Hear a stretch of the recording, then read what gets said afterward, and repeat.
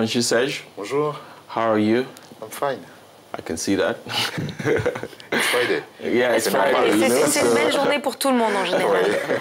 Et alors aujourd'hui, Serge, dans la chronique sport, vous revenez sur les vedettes du sport et en Afrique et en particulier dans le football.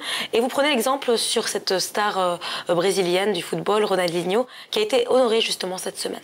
Effectivement, un an après son départ à la retraite, l'ancien footballeur brésilien Ronaldinho laisse les empreintes de ses pieds dans le panthéon des stars du ballon rond, du légendaire stade Maracanã de Rio.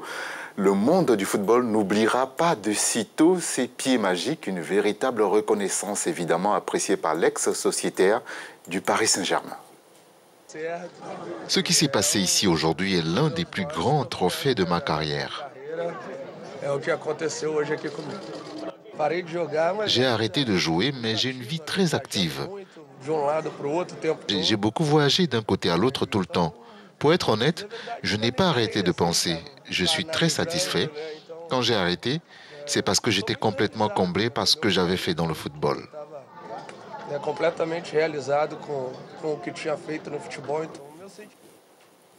Alors ce stade a vu d'innombrables prodiges du football brésilien évoluer sur sa pelouse, à l'instar de Pelé, Rivelino, Zico, Jair et même Diego Maradona est passé par ici. Donc y voir ces empreintes exposées, c'est un grand honneur qui ferait pâlir plus d'un joueur africain. La reconnaissance de Ronaldinho nous pousse à nous interroger sur la pratique en Afrique. Les légendes africaines du football sont-elles assez reconnues et honorées? Samuel Eto'o, une légende africaine du football qui a le mérite d'être de la même génération que Ronaldinho, s'est prononcé sur la question. Pour l'ancien buteur du Barça, l'Afrique ne respecte pas ses talents et ne croit pas assez en ses stars. Il a donc plaidé dimanche dernier à Dakar pour un sursaut d'orgueil du continent. On l'écoute. Vous allez toujours entendre qu'il y a un Brésilien parmi les meilleurs joueurs au classement FIFA. Il est peut-être talentueux que nous, joueurs africains, mais ces joueurs sont tellement bien vendus qu'ils sont toujours devant les Africains. La première chose à faire, chers frères, c'est de valoriser nos talents. Il est inadmissible que Sadio Mané soit 23e au classement FIFA. Ce n'est pas possible. Comment on va nous expliquer cela? On voit ces matchs à la télé, ce n'est pas possible. Mais c'est une réalité qui est là.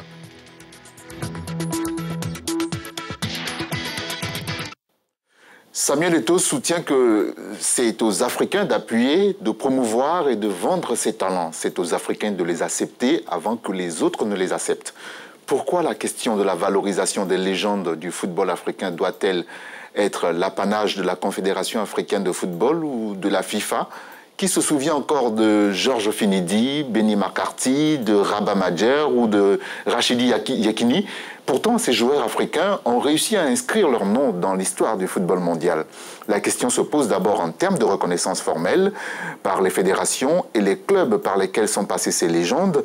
Les anciennes légendes des équipes africaines peinent à s'imposer dans leur propre pays comme entraîneurs, encadreurs ou présidents de fédérations. L'Afrique peine aussi à insérer ses footballeurs dans le cadre institutionnel plus large de l'État. Pour de nombreux gouvernements du continent, il est bien souvent inimaginable de nommer un ancien joueur dans les commissions spécialisées ou des ministères qui ont la charge du développement du sport. Et nous parlons là du football qui est considéré comme le sport roi. Si nous nous tournons vers les autres sports, le déficit de reconnaissance est autrement plus important. On se rappelle du conflit qui a opposé la triple sauteuse camerounaise Françoise Bango à la Fédération d'athlétisme médaillée olympique à Athènes en 2004 et à Pékin en 2008. Elle s'est longtemps étonnée de l'absence de respect que ces titres auraient pu lui garantir dans son pays. Bien qu'en fin de carrière, elle a renoncé à sa nationalité camerounaise et s'est engagée avec la France où elle serait mieux considérée. En rappel, Michel Platini, ancien footballeur, a été sélectionneur de l'équipe de France avant de prendre la tête de l'UEFA. Une telle trajectoire semble encore difficile à imaginer sous les cieux africains. Le constat de l'absence de reconnaissance qui nuit au sport africain doit toutefois être nuancé. Bien sûr, c'est bien en Afrique qu'un footballeur a été élu pour la première fois président de la République. une super reconnaissance qui s'impose comme l'exception qui confirme la règle. Point final de cette chronique que j'ai eu le plaisir de vous présenter. Je suis Serge Kofi.